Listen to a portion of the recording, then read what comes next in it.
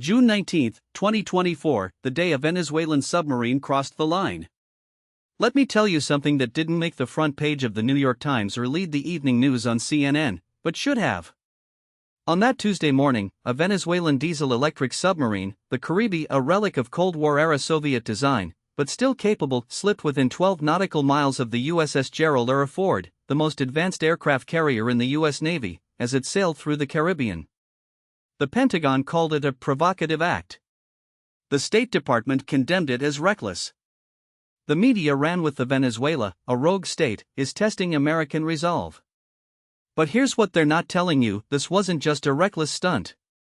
It was a calculated move in a much larger game, one that could reshape the balance of power in the Western Hemisphere.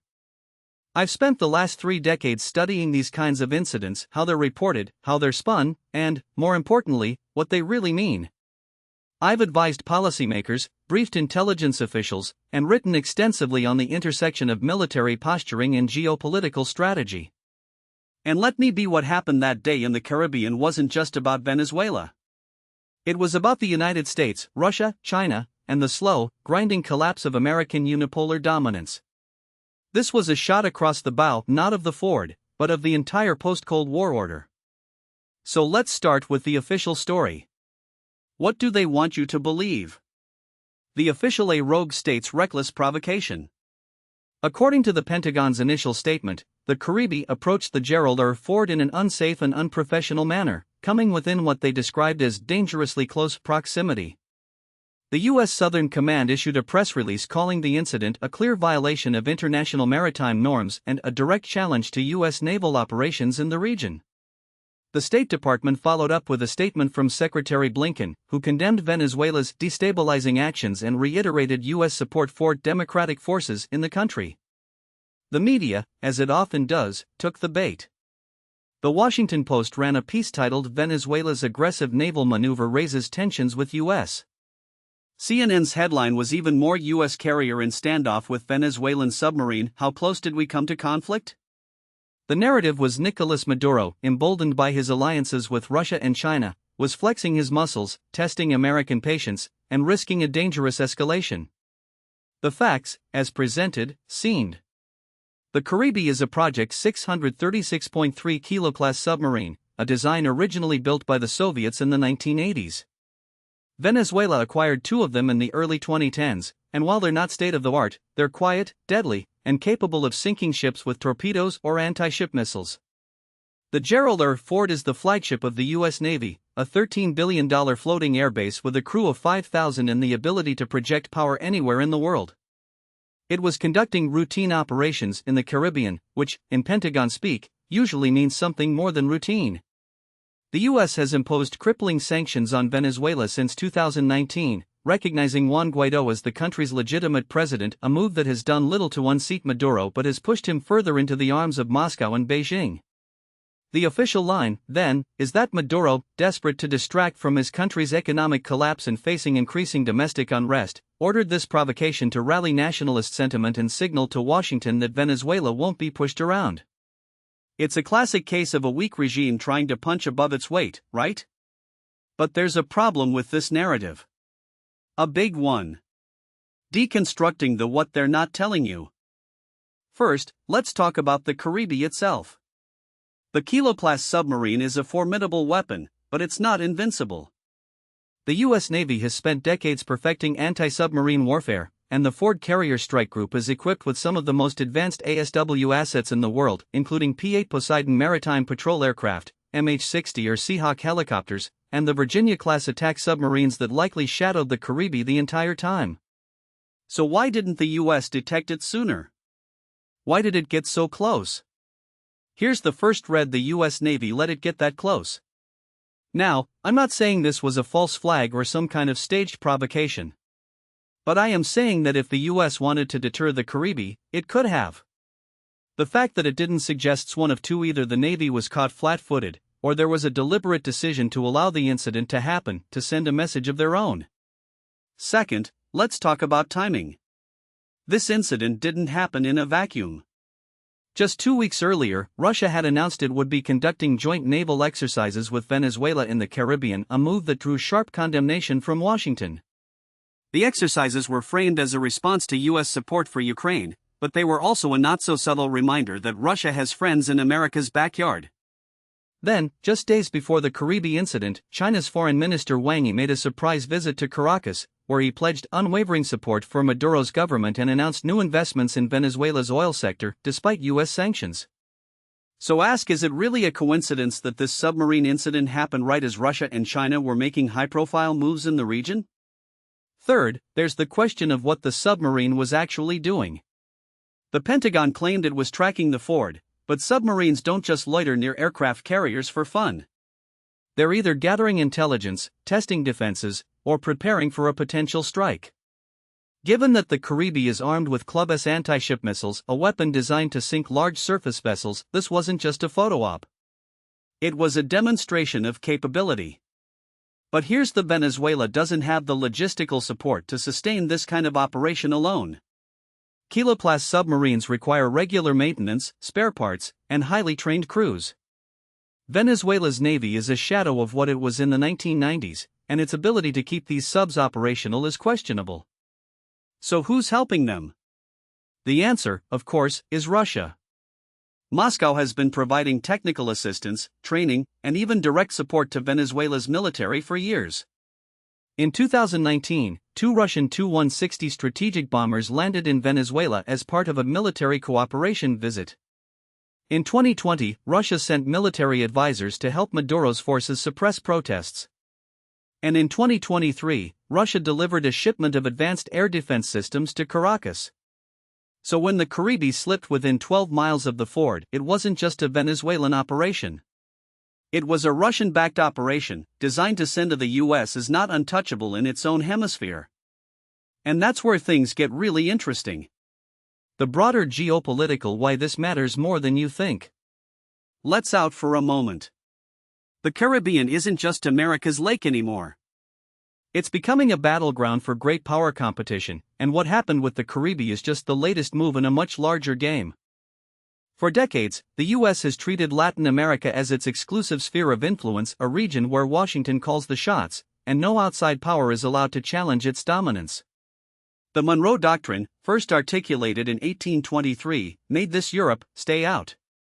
And for most of the 20th century, it worked. The U.S. toppled governments in Guatemala, Chile, and Nicaragua. It invaded AMA and the Dominican Republic. It propped up dictators and crushed leftist movements. And when the Soviet Union tried to establish a foothold in Cuba, the U.S. nearly went to nuclear war to stop it. But the world has changed. The U.S. is no longer the undisputed hegemon it was in the 1990s. China has risen as a global economic power, Russia has reasserted itself as a military force, and both are actively challenging American dominance, not just in Europe and Asia, but in America's own backyard. This is where the Caribbean incident becomes a microcosm of a much larger the end of U.S. unipolarity. Let's break it. 1. The Russian testing American resolve. Russia's involvement in Venezuela isn't new, but it's becoming more aggressive. Moscow sees Latin America as a pressure point, a way to distract and weaken the U.S. while it focuses on Ukraine. By supporting Maduro, Russia is doing 3.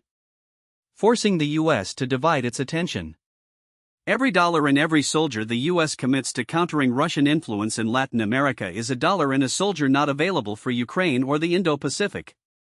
Demonstrating that NATO isn't the only alliance that matters. If Russia can project power into the Western Hemisphere, it undermines U.S. claims of global dominance, creating a potential second front in any future conflict. If war ever breaks out between NATO and Russia, Venezuela could become a staging ground for Russian operations, just as Cuba was in the 1960s. The Caribbean incident was a trial balloon. Russia wanted to see how the U.S. would react. And the answer? Not much. The U.S. issued a strongly worded statement, but there was no military response, no escalation. That tells Moscow something: the U.S. is hesitant to confront Russia directly, even in its own neighborhood. 2. The Chinese economic leverage and long-term strategy. China's interest in Venezuela is different from Russia's. Beijing doesn't care about ideology, it cares about resources and influence. Venezuela has the largest oil reserves in the world, and China has been happy to buy that oil at a discount, circumventing US sanctions. But China's ambitions go beyond oil. It's building ports, railways, and telecommunications networks across Latin America, part of its Belt and Road Initiative. And it's doing so with a long term to replace the US as the dominant economic power in the region. The Caribbean incident wasn't just a military move, it was a diplomatic signal. By supporting Venezuela's navy, China is "we're here to stay. And we're not afraid to challenge US dominance." 3. The US. A superpower in denial. Here's where things get uncomfortable for Washington. The US still operates under the assumption that it can dictate terms to the rest of the world. It imposes sanctions, conducts regime change operations, and expects other countries to fall in line. But the world is pushing back. The Caribbean incident is a perfect example of this.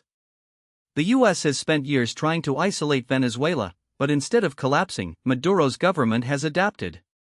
It's found new allies in Russia and China. It's developed alternative trade networks. And now, it's militarily challenging the US in a way that would have been unthinkable a decade ago. The problem for the US is that it has no coherent strategy for dealing with this new reality. It's stuck in a Cold War mindset, where every challenge is seen as an existential threat that must be met with force. But the world has changed. The US can't just invade Venezuela like it did AMA in 1989. It can't impose a no-fly zone like it did in Libya. And it can't afford another endless war like Iraq or Afghanistan. So what does it do? It blusters. It issues sanctions. It sends aircraft carriers on routine patrols. But it doesn't actually do anything to address the root causes of the problem. And that's why incidents like the Caribbean will keep happening. Because the US is losing its grip on the Western Hemisphere, and it doesn't know how to stop it. Military and strategic, why this is more dangerous than it looks. Now, let's talk about the military side of this. Because while the Caribbean incident might seem like a minor provocation, it has major implications for US naval strategy. First, the Kilo-class submarine is a nightmare for the US Navy. These subs are extremely quiet, so quiet that they've been nicknamed black holes by NATO. They're designed to lurk in shallow waters, like the Caribbean, where they can ambush surface ships. And they're armed with supersonic anti-ship missiles that can sink a carrier if they get close enough. The US has spent billions developing anti-submarine warfare capabilities, but the truth is, no navy in the world is perfect at detecting submarines. The Caribbean getting within 12 miles of the fort is a wake-up call. It means that in a real conflict, a Russian or Chinese submarine could get close enough to launch a devastating strike before the US even knew it was there. Second, this incident exposes a critical vulnerability in US carrier operations. Aircraft carriers are the centerpiece of US power projection, but they're also incredibly vulnerable to modern anti-ship missiles and submarines. The US has spent decades assuming that it can sail its carriers anywhere in the world without fear of attack. But the Caribbean incident shows that that assumption is no longer valid. Third, there's the escalation risk. The US has a long history of overreacting to perceived threats in its backyard. In 1962, the Cuban Missile Crisis nearly led to nuclear war. In 1983, the US invaded Grenada after a Marxist coup. In 1989, it invaded AMA to remove Manuel Noriega. And in 2002, it supported a failed coup against Hugo Chavez. The Caribbean incident could easily be misinterpreted as a prelude to a larger attack. If the US decides to preemptively strike Venezuelan naval assets, it could trigger a wider conflict, one that draws in Russia and China. And that's the real danger, a small incident spiraling out of control. The domestic political why this is about more than just Venezuela. Now, let's talk about the politics behind this. Because the Caribbean incident isn't just about geopolitics, it's also about American domestic politics. The US is in an election year, and foreign policy is becoming a major issue. The Biden administration is facing criticism from both the left and the right, from progressives who want to end forever wars, and from hawks who want a more aggressive stance against Russia and China. So how does the Caribbean incident fit into this? For the Biden administration, this is a no-win situation. If they do nothing, they look weak. If they escalate, they risk a costly and unpopular conflict. So they're trying to thread the needle, condemning Venezuela's actions while avoiding direct military confrontation. But here's the hawks in Washington are already using this incident to push for a more aggressive stance. Senators like Marco Rubio and Lindsey Graham are calling for tougher sanctions on Venezuela. Some are even pushing for military action, arguing that the US needs to send a message to Maduro, Russia, and China. And this is where things get dangerous. Because domestic politics can distort foreign policy. If the Biden administration feels pressure to look tough, it might overreact, leading to a conflict that no one wants. There's also the Florida factor. Florida is a critical swing state, and Venezuelan Americans are a growing political force there. Many of them fled Maduro's regime and hate him with a passion. If the Biden administration is seen as soft on Venezuela, it could lose votes in Florida, a state that could decide the election. So the Caribe incident isn't just about Venezuela. It's about American politics. And that makes it even more volatile. Scenario: what happens next? So where does this go from here? Let's look at 3 possible scenarios. Scenario 1, the best case, a return to normal tensions. In this scenario, the US issues another strongly worded statement, maybe imposes a few more sanctions, and then lets the incident fade from the headlines. Venezuela, Russia, and China don't push further, and the situation returns to the status quo, a Cold War in the Caribbean, but no direct confrontation. This is the most likely outcome in the short term, but it's also the most unstable. Because it doesn't solve the underlying. The US is losing influence in Latin America, and its adversaries are filling the void. Scenario 2, the most likely case, escalating proxy conflict. In this scenario, the Caribe incident is just the first move in a prolonged proxy conflict. Russia and China increased their support for Venezuela, sending more weapons, advisors, and economic aid. The US responds by ramping up sanctions, conducting more military exercises in the region, and supporting opposition groups inside Venezuela. This leads to a low-intensity conflict, not a full-scale war, but a series of tit-for-tat actions that keep tensions high. Maybe the US seizes a Venezuelan oil tanker. Maybe Venezuela arrests American citizens on Trump. Up charges. The cycle continues, each side testing the other's red lines without crossing into outright war. This is the most probable path because it allows all players to save face while maintaining pressure. Washington can claim it's defending democracy, Caracas can play the victim of imperialism, and Moscow and Beijing can quietly extend their influence without triggering a NATO-style response. Now, what most people don't realize is that this kind of proxy conflict is already happening in the Caribbean, just below the threshold of open warfare.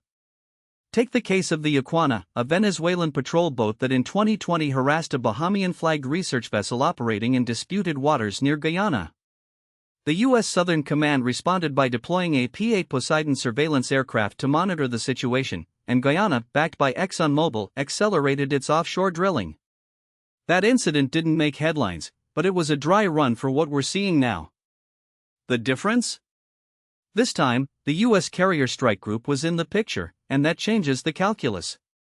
Here's the uncomfortable: the Caribbean is no longer America's lake. For decades, the U.S. treated the region as its backyard, intervening at will, from the Bay of Pigs to Grenada to AMA. But today, the geopolitical map has shifted.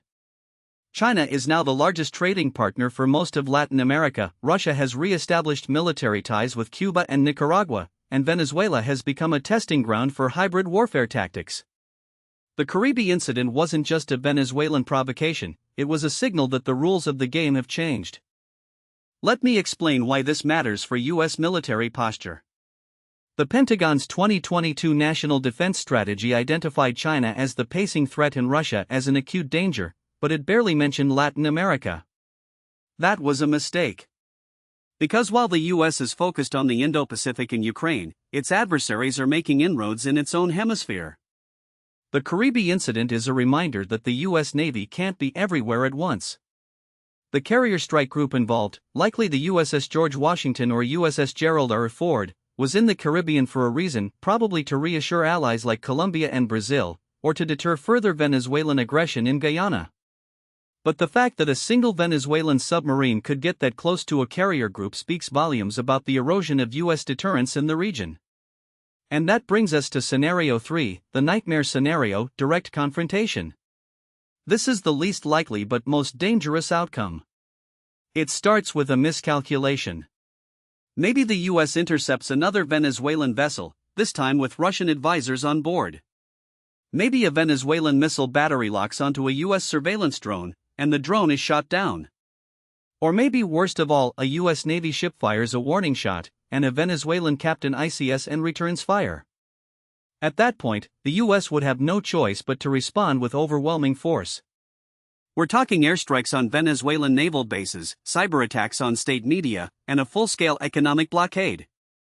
Maduro, cornered, would invoke Venezuela's Mutual Defense Pact with Russia and China.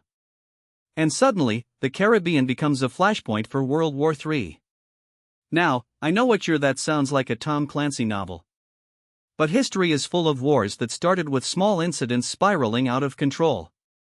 The Falklands War began with a scrap metal dealer raising an Argentine flag on a remote island. The Gulf of Tonkin incident, which led to the Vietnam War, was based on disputed intelligence.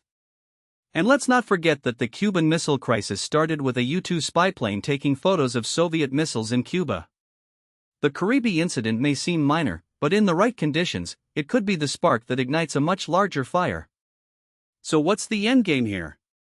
For the U.S., the best outcome is to reassert dominance in the Caribbean without triggering a wider conflict. That means a mix of hard and soft power, more military exercises with regional allies, targeted sanctions on Venezuelan officials, and economic incentives for countries like Brazil and Mexico to distance themselves from Maduro. But it also means accepting that the U.S. can no longer dictate terms in Latin America. The Monroe Doctrine is dead, and pretending otherwise will only lead to more incidents like this one. For Venezuela, the goal is survival. Maduro isn't stupid, he knows his military is no match for the U.S. But he also knows that Washington is distracted by Ukraine, Taiwan, and the Middle East. So he'll keep probing, testing, and pushing until he finds the limits of American patience. And if he can do it with Russian and Chinese backing, even better. As for Russia and China, they're playing the long game. Every time the U.S. is forced to respond to a Venezuelan provocation, it's a win for them. It ties down American resources, strains U.S. alliances, and reinforces the narrative that Washington is an unreliable partner. And if the U.S. overreacts? Even better. A full-blown crisis in the Caribbean would force the Pentagon to divert assets from the Pacific, giving Beijing more room to maneuver in the South China Sea. The bottom line? The Caribbean incident is a symptom of a much larger the unraveling of U.S. hegemony in its own hemisphere. And the scariest part? No one in Washington seems to have a coherent strategy for fixing it. The Biden administration is caught between domestic political pressures and the need to avoid a war, while the Pentagon is still operating on Cold War-era assumptions about Latin America. Meanwhile, Russia and China are writing the new rules of engagement, one submarine at a time. So keep an eye on the Caribbean. Because the next time a Venezuelan vessel crosses the line, the stakes might be a lot higher. Now, what most people don't realize is that this incident isn't just about geopolitics, it's also a domestic political tinderbox for both Venezuela and the United States. And that's where things get really messy. Let me explain why this matters beyond the headlines. In Caracas, Maduro is playing a high-stakes game of chicken, but he's also fighting for his political life. The Venezuelan economy is still in shambles, despite the temporary relief from high oil prices and the easing of some U.S. sanctions. Inflation is hovering around 200%, down from the hyperinflationary nightmare of 2018, but still crippling. The bolivar is so worthless that many Venezuelans have abandoned it entirely, opting for dollars or cryptocurrencies in daily transactions. And while Maduro has managed to cling to power through a mix of repression, co-optation, and sheer luck, his approval ratings remain abysmal. A recent Dataanalysis poll from June 2024 put his support at just 18%, with 72% of Venezuelans saying the country is on the wrong track. So why risk a confrontation with the U.S. now? Because Maduro needs an enemy. Every authoritarian leader knows that external threats are the best way to rally domestic support, and the U.S. has been Venezuela's bogeyman for decades. The timing here is no coincidence. Venezuela is gearing up for regional elections in November 2024, and Maduro's United Socialist Party is facing its toughest challenge in years. The opposition, led by Maria Corina Machado, who won the primary in October 2023 but was barred from running, has been gaining momentum, despite the government's best efforts to sabotage it. The last thing Maduro wants is for the opposition to make gains in local governments, which could embolden calls for a recall referendum or even a transition. Here's the uncomfortable: Maduro isn't just testing U.S. resolve, he's testing his own people's tolerance for confrontation. By provoking the U.S., he's betting that Venezuelans will rally around the flag, or at least that the opposition will be too afraid to challenge him while the country is under perceived threat. It's a classic diversionary tactic, and it's worked before. Remember 2019, when Juan Guaidó declared himself interim president and the U.S. recognized him? Maduro responded by ramping up anti-American rhetoric, accusing the opposition of being U.S. puppets, and even staging military exercises near the Colombian border. The crisis deflated Guaidó's momentum, and Maduro survived. He's hoping for a repeat. But there's a catch. Maduro's base isn't what it used to be. The Chavista coalition that once mobilized millions in the streets has fractured. The military, which has been the backbone of his regime, is restless. Corruption scandals, like the one involving Alex Saab, the Colombian businessman accused of being Maduro's frontman for sanctions evasion, have eroded trust within the ranks. And while the top brass remains loyal, the lower ranks are feeling the pinch.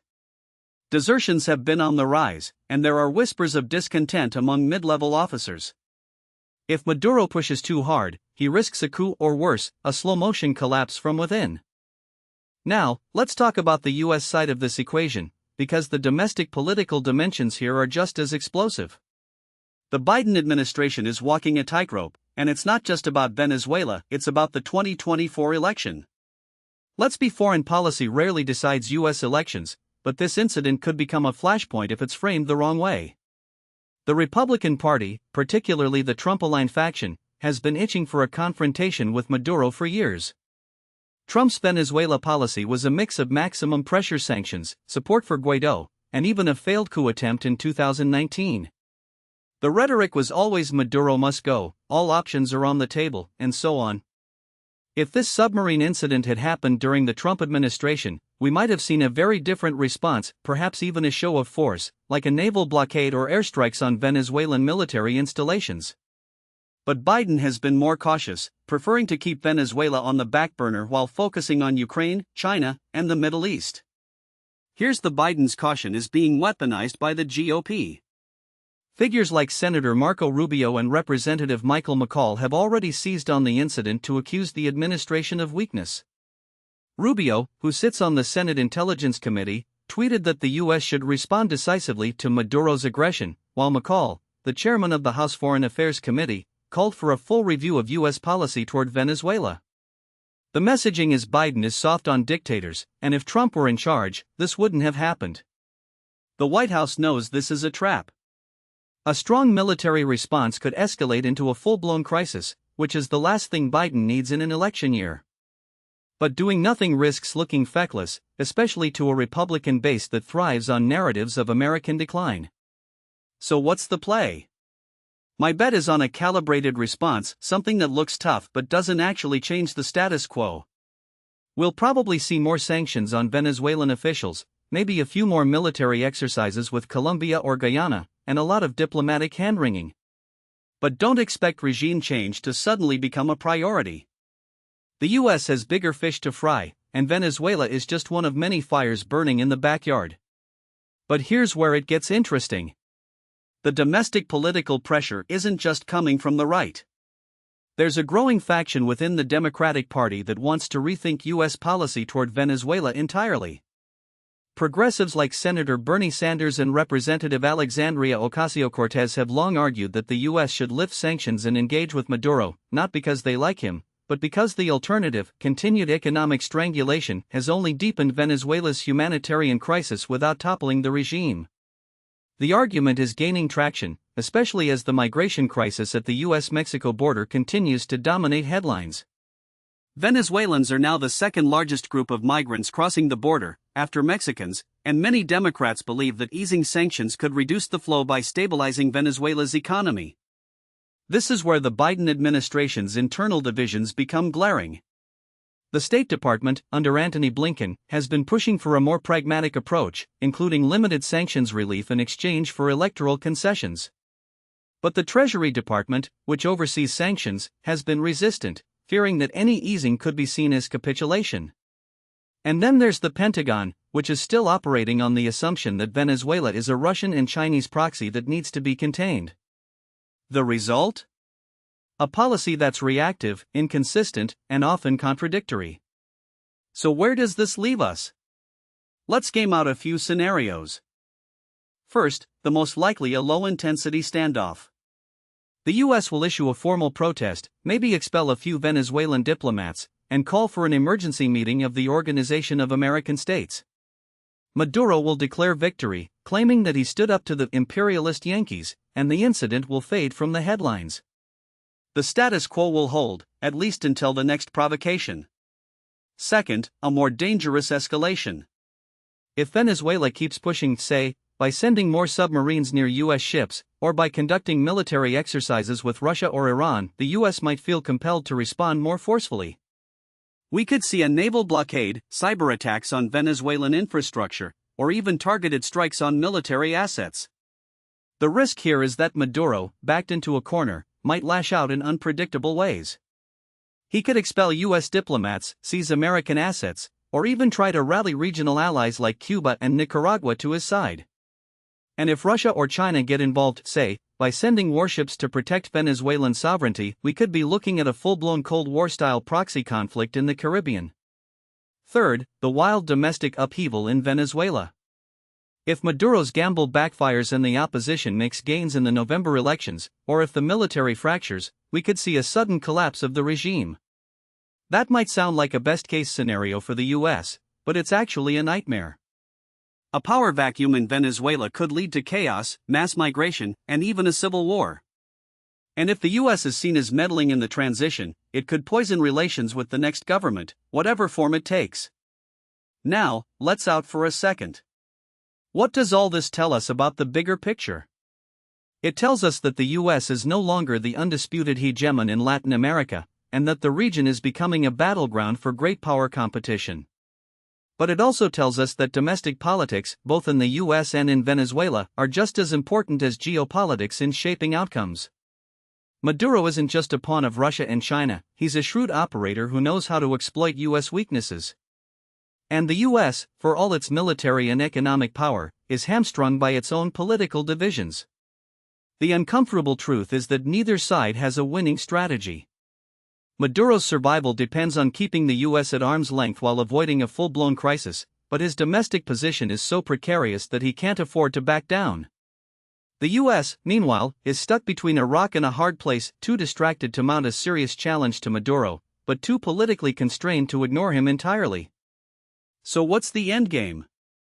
I don't think anyone knows. But I can tell you the next time a Venezuelan submarine crosses the line, the response won't just be about military posturing. It'll be about domestic politics, electoral calculations, and the fragile egos of leaders on both sides. And that's what makes this so dangerous.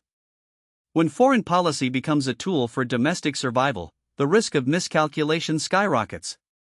And in a region as volatile as Latin America, miscalculation is the one thing we can't afford.